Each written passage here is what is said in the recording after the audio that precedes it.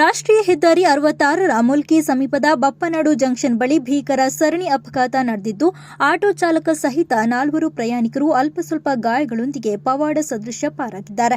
ಮಂಗಳೂರು ಕಡೆಯಿಂದ ಕುಂದಾಪುರ ಕಡೆಗೆ ಹೋಗುತ್ತಿದ್ದ ಕಾರಿಗೆ ರಾಷ್ಟ್ರೀಯ ಹೆದ್ದಾರಿ ಬಪ್ಪನಾಡು ಜಂಕ್ಷನ್ ಬಳಿ ಹೆದ್ದಾರಿ ಕ್ರಾಸ್ ಮಾಡುತ್ತಿದ್ದ ಕಾರು ಡಿಕ್ಕಿ ಹೊಡೆದಿದೆ.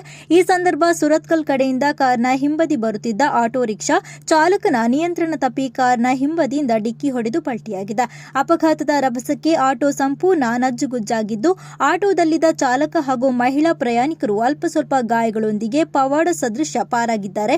ಅಪಘಾತದಿಂದ ಕೆಲ ಹೊತ್ತು ಹೆದ್ದಾರಿ ಸಂಚಾರ ವ್ಯತ್ಯಯ ಉಂಟಾಗಿದ್ದು, ಸ್ಥಳಕ್ಕೆ ಮಂಗಳೂರು ಉತ್ತರ ಟ್ರಾಫಿಕ್ ಪೊಲೀಸರು ಭೇಟಿಯನ್ನು ನೀಡಿ ಪರಿಶೀಲಿಸಿ ಅಪಘಾತಕ್ಕೀಡಾದ 3 ವಾಹನಗಳನ್ನು ಸ್ಥಳದಿಂದ ತೆರವುಗೊಳಿಸಿದ್ದಾರೆ.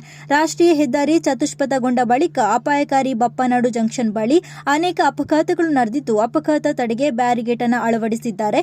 ಆದರೆ ಬೆಳಗಿನ ಜಾವ ಬ್ಯಾರಿಗೇಡ್ ಅಳವಡಿಸದೇ ಇರುವುದು ಅಪಘಾತಕ್ಕೆ ಕಾರಣವಾಗಿದೆ ಎಂದು ಸ್ಥಳೀಯರು ದೂರಿದ್ದಾರೆ.